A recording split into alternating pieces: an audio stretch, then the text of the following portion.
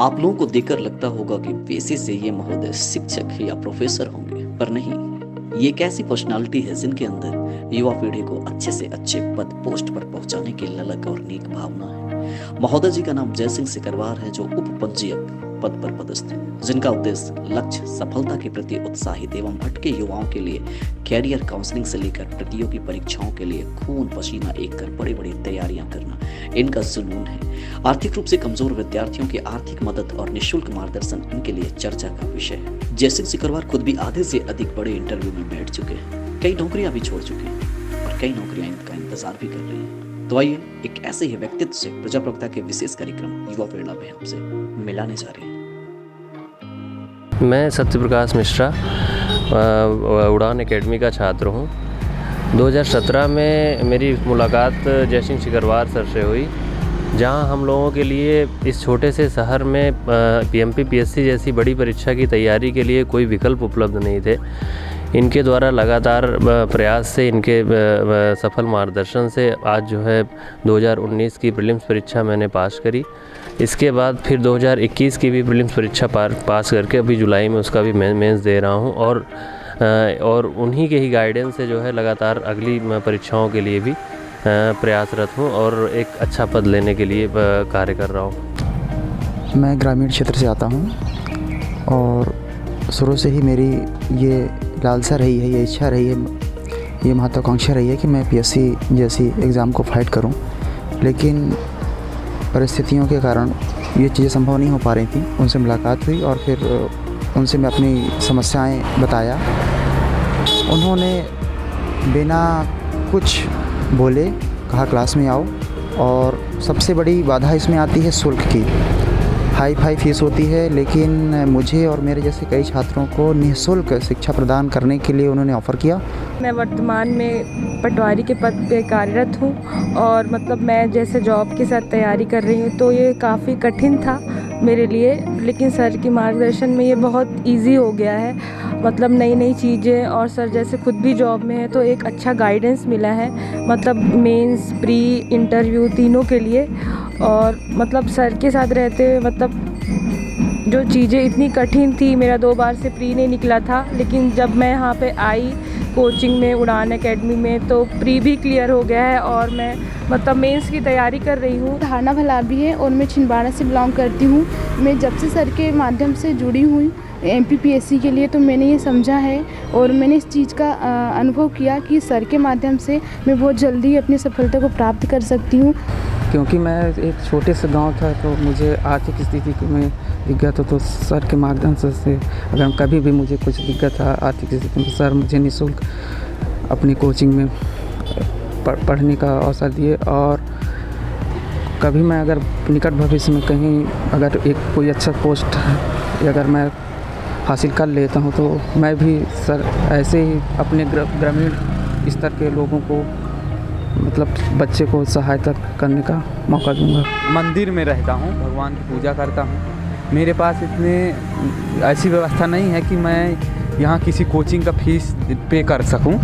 तो इसके बाद मेरे को 2018 में सर से मैंने कोचिंग में ज्वाइन किया। मैं वहाँ से मैं 2018 से तैयारी कर रहा हूँ एमपीपीएससी का। ये है कि सर के मार्गदर्शन से अब हमारे जैसे ग्रामीण क्षेत्र से जो लोग बिलोंग करते हैं, उनके जैसे लोगों के लिए सर यहाँ कोचिंग करने के बाद अब जो है तो हम ऐसी स्थिति में पहुँच गए हैं कि पीएससी में हम माने सफलता प्राप्त करके और मंजिल हासिल करेंगे। इसका पूरा श्रेय सर को जाएगा, नहीं तो हमारे जैसे व्यक्ति के लिए यह बिल्कुल माने हम किसी प्रकार से वो नहीं कर सकते, ऐसी शिक्षा से वंचित ही रह जाते। उत्तमा से हूँ। हम लोग 3 बहनें हैं और तीनों यहाँ तैयारी कर रहे हैं सर के पास रह के। और सर ने मतलब एज अ टीचर हम लोग को नहीं, एक फादर की तरह गाइडेंस किया है। एकदम छोटी बातों में ध्यान दिया है, जिस चीज़ में कमी है उसको फोर्स किया ध्यान लेके। और मेरे पापा को थोड़ा सा प्रॉब्लम है, उनको पैरालिसिस है।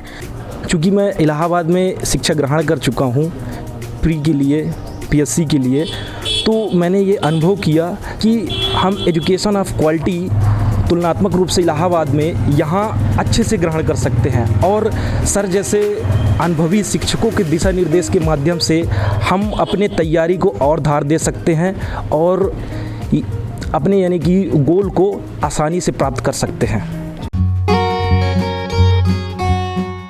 युवा प्रेरणा sponsored by Okaya electric vehicle. 11 crore से अधिक भारतीयों का विश्वास। फास्ट एफ फॉर स्कूटर, बेहतर माइलेज, बेस्ट स्पीड, बेहतर मजबूती के साथ अब सच होंगे सब सपने अपने। शोरूम का नया पता ओल्ड गणेशगंज देवांता अस्पताल के पीछे शहडोल। सब sponsored by student book स्टेशनर Rajendra के सामने शहडोल, जहां मिलते हैं आपको सभी स्कूल कॉलेज के अध्ययन की सामग्रियां, मेडिकल, इंजीनियरिंग, माइनिंग, पॉलिटेक्निक व सभी प्रतियोगी परीक्षाओं के बुक समेत ऑफिशियल स्टेशनरी।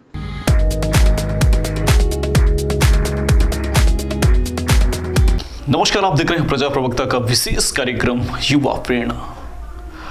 इस खास कार्यक्रम में आज हमारे साथ मौजूद हैं उप पंजीयक जय सिंह सिकरवार जी, जिनके बारे में कहा जाता है कि एक शालीन, एक शांति के प्रतिमूर्ति और ख़ास तौर से युवाओं के लिए, उन युवाओं के लिए और जो हमारे विद्यार्थी हैं उनके लिए प्रेरणा के स्रोत, और कैसे उनको प्रतियोगी परीक्षा में तैयारी कराकर उनको आगे ले जाना, उनके ऊंचाइयों तक, उनके मुकाम तक ले जाने का एक जो उनका एक सफल प्रयास रहता है, एक अथक प्रयास रहता है।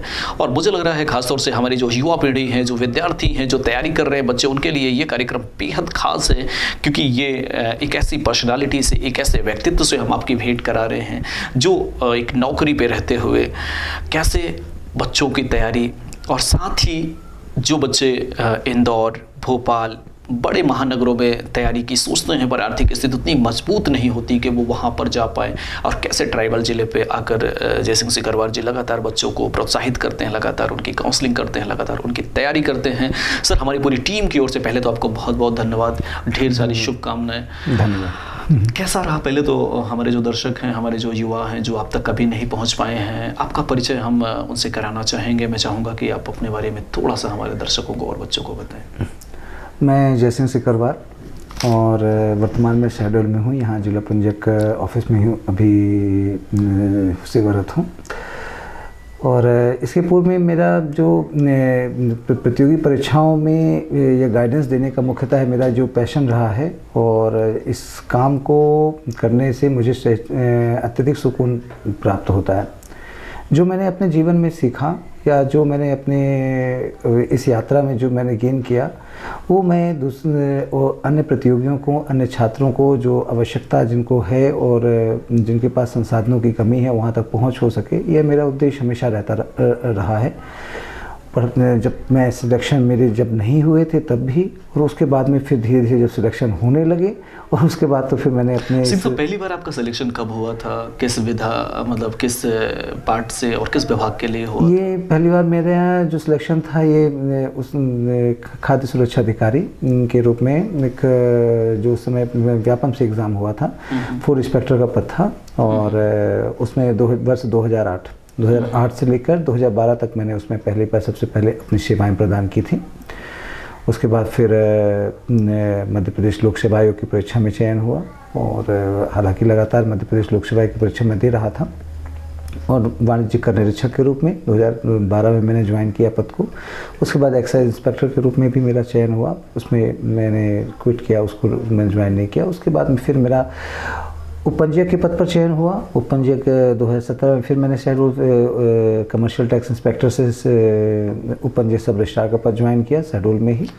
और उसके बाद इस बीच में एक सिलेक्शन और मेरा अवेटेड था, सहायक आयुक्त कोऑपरेटिव के रूप में, जो कि हाई कोर्ट से थोड़ा सा कुछ मुद्दों को लेकर पीएससी से की कुछ क्वेरीज को लेकर मैटर हाई कोर्ट गया था। उसमें हाई कोर्ट ने मुझे यह पद अलॉट किया था। उन लोगों के लिए भी बड़े प्रेरणा के स्रोत हैं जो जॉब कर रहे होते हैं, क्योंकि उनके लिए बड़ा कसमोकस रहता है कि हम नौकरी करते हैं, नौकरी के दौरान कैसे तैयारी की जाए, क्योंकि नौकरी करना, तैयारी करना और बहुत सारे गृहस्थ जीवन के बहुत सारे काम होते हैं, और उस बीच में रहते हुए आपने और कई नौकरियां हासिल की। कितना सहज होता है और कैसे समय निकाल पाते होंगे? ये तो बड़ा एक तरह से कठिन प्रश्न भी है, उसी तरह से जिस प्रकार से तैयारी करना कठिन होता था। तो ये जो है लेकिन एक अपने सामने मोटो दिखता था कि भाई चलिए हमें इस पद पर जाना है, अपने जो लक्ष्य थे और अच्छा अपने आप को करना है और अच्छा बनाना है। तो उसमें परिवार का सपोर्ट के बिना ये सब संभव नहीं था। परिवार ने सपोर्ट किया, अपनी फैमिली ने सपोर्ट किया, और उसके अलावा अपने जो थोड़ा सर्विस के बाद जो थोड़ा बहुत बचा समय हुआ करता था उसमें अपनी स्टडी को कंटिन्यू किया।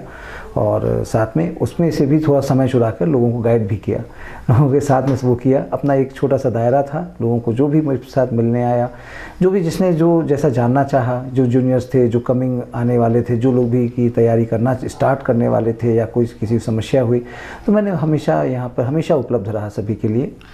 एक वो दौर था जब एक टाइम पे तकरीबन 17, 18 या 19 लोगों का MPPSC में सिलेक्शन आपके जो विद्यार्थी थे जिनको आप कोच करते थे उनका हुआ था, एक बड़ा चर्चा का विषय बना था। कब हुआ था और वो कैसे, किस तरीके की तैयारियां कर रही हैं? ये भी ज़्यादा पुरानी बात तो नहीं है, ये भी वर्ष 2019 MPPSC 2019 में एक, हालांकि बहुत एक छोटा सा ग्रुप है, कम से कम 20-25 लोगों का और 25 से 30 के लोगों के बीच का, उसमें से लगभग 13 लोगों ने PSC प्री के लिए क्वालिफाई किया, आधे से अधिक स्टूडेंट लोगों ने।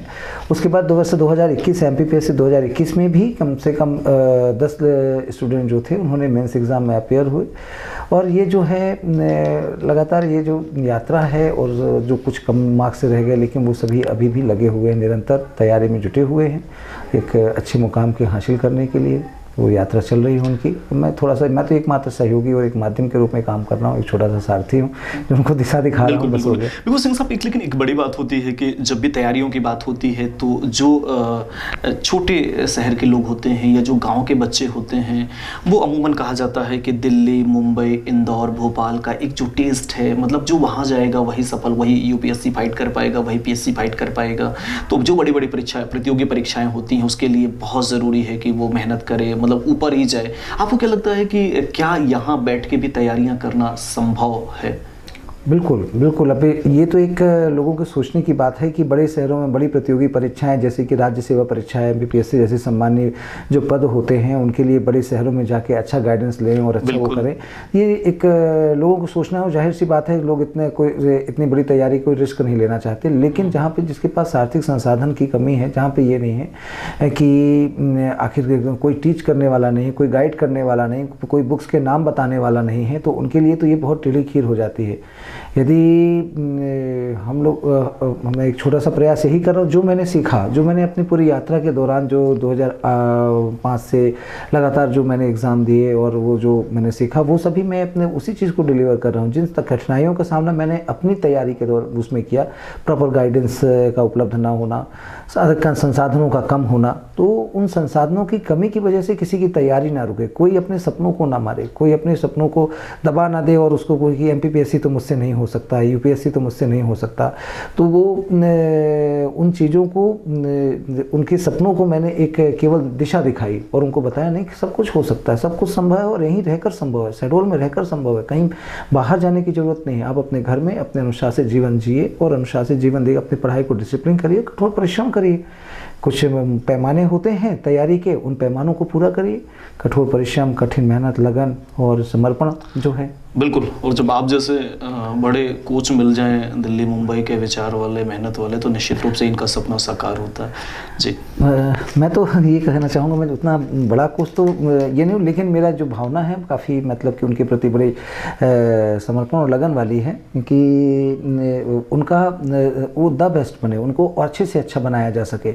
उनको ये कहीं वो ना लगे कि हमें जो मैटर मिल रहा है या जो चीज़ें हो रही हैं कि तो वो कहीं से किसी स्थिति में किसी कमज़ोर हैं। हम भी द बेस्ट हैं, अच्छे हैं, है ना। हमारा जो हम उन लड़कों को टक्कर दे सकते हैं जो कि वहाँ से पढ़ कर आए हैं। मैं तो हमेशा कहता हूँ अपने जो ग्रुप है उन बच्चों से कहता हूँ कि भाई आप लगातार डिस्कशन कीजिए। आप जो मैं आपको जो सिखा रहा हूँ, आप अन्य जो बाहर लड़के गए हैं, आपके संगी साथी लोग, उनसे आप डिस्कशन कीजिए। उनसे आप डिस्कशन में आप कहीं यदि कम अपने आप को पाएँ तो मुझे बताइए, तो वो लोग संतुष्ट हैं, है ना। एक ये है सर, तैयारियों को लेकर जो बच्चों में बड़ी कसमुकस की स्थिति होती है, क्योंकि एक जो 12th होता है, 12th के बाद बच्चों को डिसाइड करना होता है कि हमें किस क्षेत्र पे जाना चाहिए, लेकिन एक 10th भी बड़ी भूमिका होती है, क्योंकि 10th से ही सब्जेक्ट चेंज होते हैं।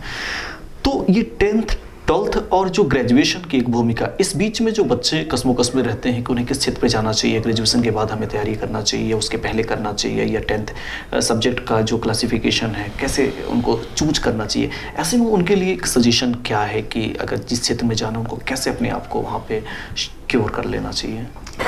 देखिए, सबसे पहली चीज़ तो एक अंतरात्मा की आवाज़ एक जो होती है, पैशन जो होता है, जिसको अपन सामान्य भाषा में पैशन कहते हैं, कि व्यक्ति किस ओर जाना चाहता है, किस दिशा में या क्या करना चाहता है।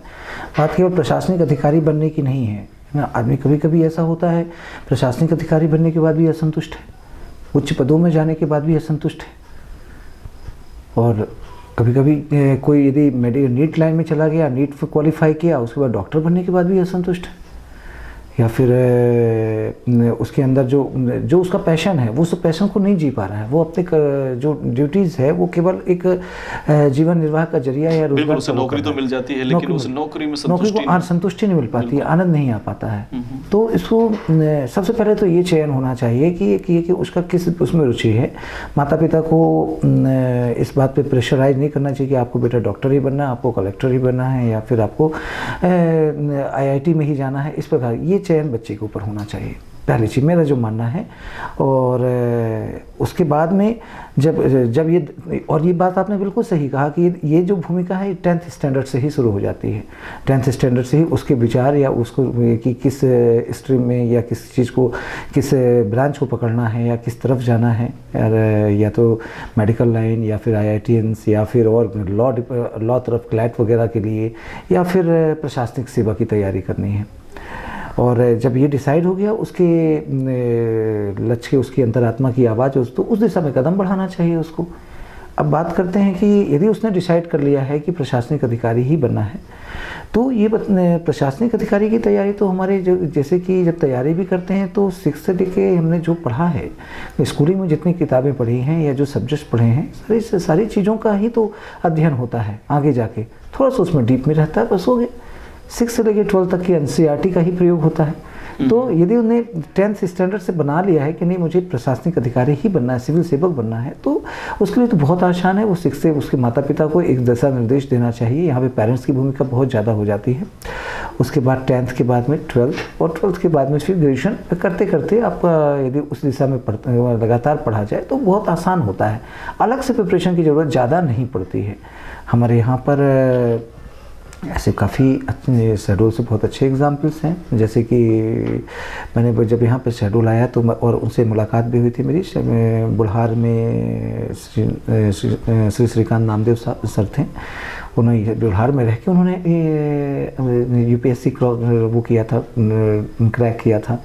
और ऐसे बहुत सारे एग्जाम्पल हैं तो जिन्होंने कि केवल यहाँ पर रहकर एक सही निर्देशन में, सही दिशा में रहकर प्रयास किया और बहुत अच्छे से और बड़े पदों को ग्रहण किया, बड़े पदों को किया। बिल्कुल। सर, एक चीज़ और निकल के आता है कि जब हम देखते हैं कि कभी कभी जब तैयारी, खासतौर से जो तैयारियाँ होंगी, प्रतियोगी परीक्षा, MP या UPSC की बात करें, MPPSC और UPPSC की बात करें, तो कहा जाता है कि अगर कोई मैथ से कर लिया BSc या कोई साइंस से कर लिया BSc, तो वो अगर आप बाद में अगर कोई डिसीजन बनता है कि नहीं उसे इससे प्रतियोगी परीक्षाओं में पास होना है, तो नहीं पहले से मुझे BA करना चाहिए था।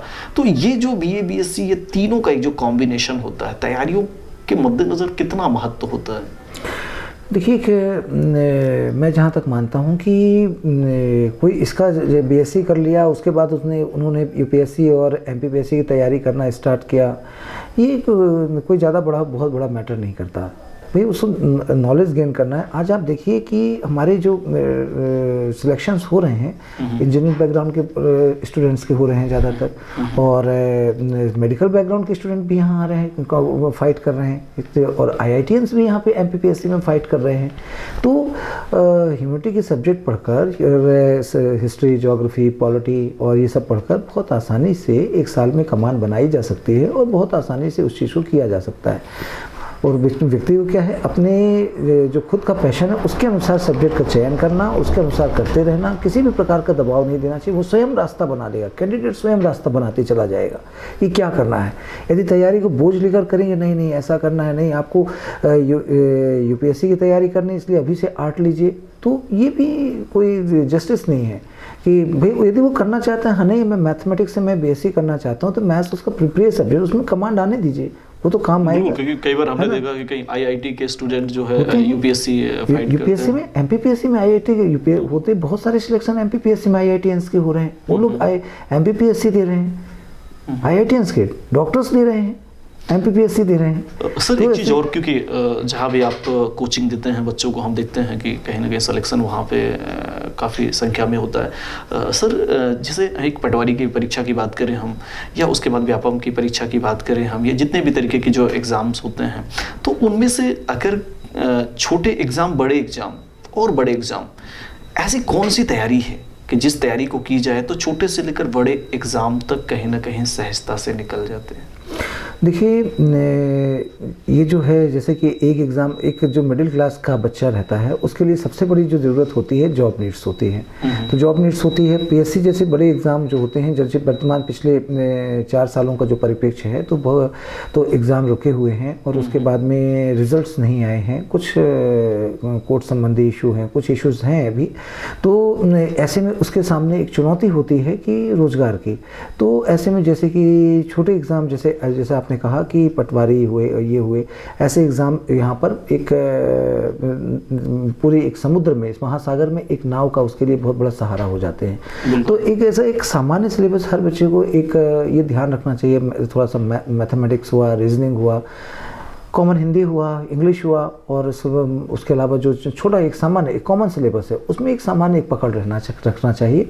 उसके अलावा जो है एक जो बड़े जो सब्जेक्ट्स हैं, जो कि आपके MPPSC के सिलेबस हैं, और भी बड़े एग्ज़ाम के, जो कि जिसको कि सामान्य भाषा में हम जनरल स्टडीज़ कहते हैं, सामान्य ज्ञान कहते हैं, तो उसका अध्ययन भी पर्याप्त रूप से होना चाहिए। क्योंकि आजकल जो भी स्तर है एग्ज़ाम में क्वेश्चंस पूछने का स्तर जो होता है, छोटे एग्ज़ाम में भी जो स्तर है क्वेश्चन पूछने का, वो जो प्रिपरेशन अच्छे से बड़े एग्ज़ाम की तैयारी किया रहता है, वही छोटे एग्ज़ाम में भी मतलब वो उस डेप्थ में जा पाता है। तो एक बार उस स्तर को तो पाना चाहिए। और मैं तो ये कहूँगा कि जैसे PSC जैसे, क्योंकि मैं पहले तो मैं एक शिक्षक हूँ, PSC के रूप में मैं लोगों को गाइड करता हूँ, लोगों को सजेशन देता हूँ, उनकी समस्याओं को दूर करता हूँ। तो एक कोई भी कंपटीशन करने या कंपटीशन देने वाले बच्चे को इस सिविल सर्विसेज की तैयारी जरूर करना चाहिए एक बार, और उसके बाद उसका नज़रिया ही चेंज हो जाएगा। उसको अपने देश को जानने का मौका मिलेगा, अपने देश के संविधान को जानने का मौका मिलेगा, अपने देश की टॉप बॉटम टू टॉप पूरी हिस्ट्री जानने का मौका मिलेगा, उसकी ज्योग्राफी, उसके इंटरनेशनल रिलेशन जानने का मौका मिलेगा, उसे इकोनॉमी जानने का मौका मिलेगा। और जब वह ये सब जान जाएगा तो वो सब एक बिल्कुल नया व्यक्ति बनकर निकलेगा, और नया व्यक्ति बनकर जो कि अपने देश का एक जो नागरिक है, जो जागरूक नागरिक जिसको कहेंगे, वो बनकर निकलेगा। सिलेक्शन बात की बात मैं कहता हूँ, लेकिन एक बार उसमें एक पूरी तरह से एक परिवर्तन आएगा, जो कि वह अपने संसाधन, जिसको कहेंगे मानव संसाधन, वो एक मानव संसाधन बनेगा और वह समाज के हैलोजन के रूप में काम करेगा। ऐसा उसके बाद फिर सिलेक्शन भी होगा, वो उसकी अब मेहनत और कठिन परिश्रम पर निर्भर करता है। कम से कम उस ओहदे पर पहुंच के चीज़ों के लिए डिजर्व करने के काबिल हो जाएगा। सिंह साहब, चूँकि ये शहडोल ट्राइबल ज़िला है, जनजातीय क्षेत्र है, ऐसे में कितनी संभावनाएं हैं प्रतियोगी परीक्षाओं को लेकर? यहाँ के जो विद्यार्थी हैं, यहाँ की जो युवा पीढ़ी है, उनकी तैयारियों और उनकी सफलता को लेकर? जैसा कि शहडोल में मुझे रहते हुए, जब मैं फर्स्ट टाइम शहडोल यहाँ ज्वाइन किया था, 2012 में ज्वाइन किया था, उस समय में और अब के समय में काफ़ी परिवर्तन आ चुका है। उस समय में स्टूडेंट्स जो थे, या जो इतना ज़्यादा एग्ज़ाम का माहौल देखने को नहीं मिलता था, इतने ज़्यादा बुक्स तक अवेलेबल नहीं हो पाती थी, बहुत 2-3 दिन 4 दिन के ऑर्डर पे बुलवाया जाता था। लेकिन अब परिवर्तन आ गया है और अब चीज़ें जो हैं वो काफ़ी तेज़ी से बदल रही हैं। स्टूडेंट्स में यहाँ पर अब यदि अपन तुलना करें शहडोल के स्टूडेंट्स और अपन इंदौर, भोपाल या अन्य जगह के स्टूडेंट्स में, कहीं ना कहीं थोड़ा सा कॉन्फिडेंस, लैक ऑफ कॉन्फिडेंस होता है।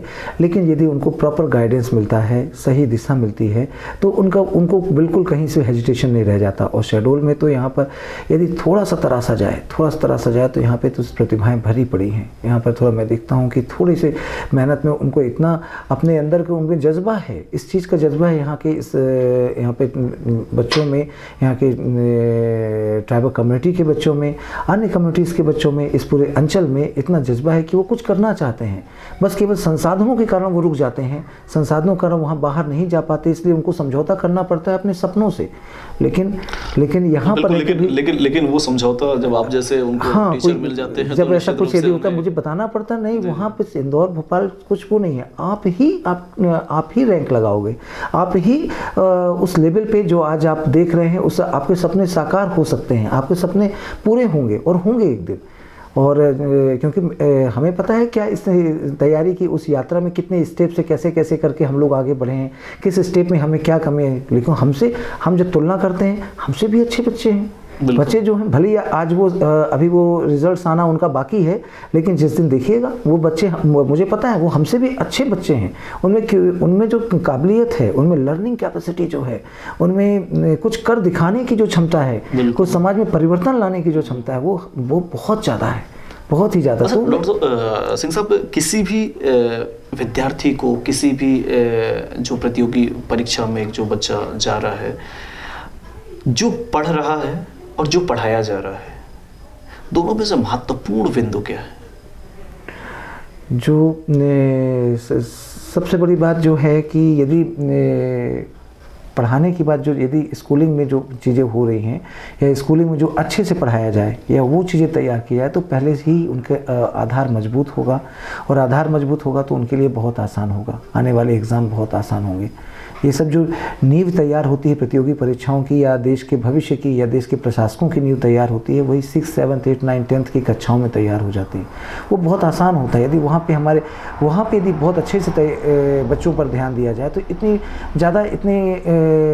ज़्यादा समस्याएं नहीं आएंगी। उनको अलग से क्लासेज या अलग से जैसे कि गवर्नमेंट के द्वारा भी कुछ इस पर सुपर 100 करके योजनाएं चलाई जा रही हैं कि सुपर 100 बिल्कुल वो तो बहुत अच्छी बात है। कम से कम भी गवर्नमेंट का सपोर्ट है, कुछ ऐसा है।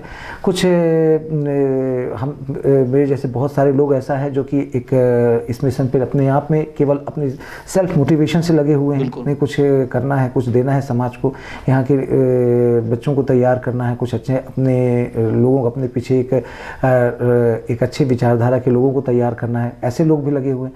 लेकिन यदि इसमें सबसे इस क्लास की वो जो बेंच और टेबल हैं, वो जो क्लास का जो देश का भविष्य है, उन पे सबसे पहले उन पे बड़ा होता है। यदि वहाँ पे तैयार किया जाए, हमारा यदि फोकस वहाँ किया जाए, तो वहाँ से ही बहुत आसान हो जाएगा।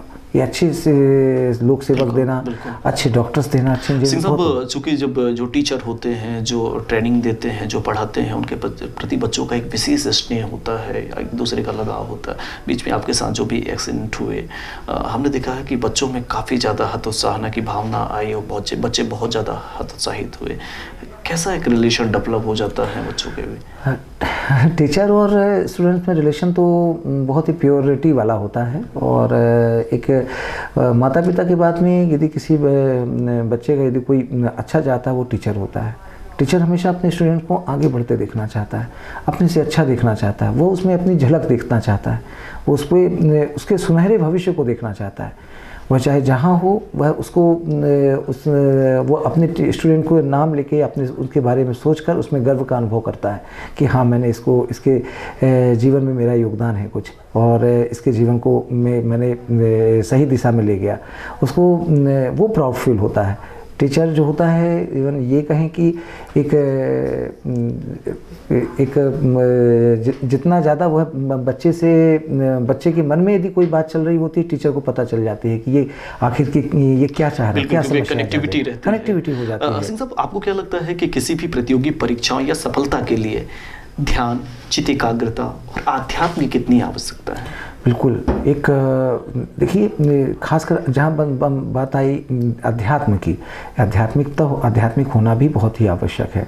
आध्यात्मिकता आपको इतने बड़े एग्ज़ाम होता है, और इस बड़े एग्ज़ाम में कहीं ना कहीं लेक ऑफ कॉन्फिडेंस होता है, इतनी बड़ी प्रतिस्पर्धा है, अपने धैर्य की कमी हो जाती है। जबकि यदि आध्यात्मिक है व्यक्ति, अपने आप पे भरोसा है, ईश्वर पे अपने भरोसा है, क्योंकि ये जो चीज़ें होती हैं कि व्यक्ति डिसाइड नहीं करता, ये चीज़ें ईश्वर की या सृष्टि के द्वारा उसके मन में बोया गया बीज होता है, जिसके द्वारा कि वह लोक सेवा की तैयारी करता है, और उसने बड़े पद को पाना है, तो उसको आध्यात्मिक होना और एकाग्र होना। जब आध्यात्मिक होगा तो चित्त की एकाग्रता अपने आप आएगी। बिल्कुल, एकाग्रता अपने आप आएगी, उसको कठिन मेहनत करने की प्रेरणा मिलेगी, वो कहीं नहीं भटकेगा। उसको भरोसा है कि यदि ईश्वर ने उसके मन के अंदर यह कुछ पाने की या पीएससी का बीज बोया है, यूपीएससी का बीज बोया, तो उसको दिखाने का रास्ता भी बनाया होगा, उसको यह भरोसा है। तो इसलिए इस आध्यात्मिकता की या इस भरोसे को, अपने इष्ट के ऊपर इस भरोसे को उसको बनाए रखना होता है, और वह उसको शक्ति देता है, वह उसको आगे बढ़ने की लगातार प्रेरणा देता है।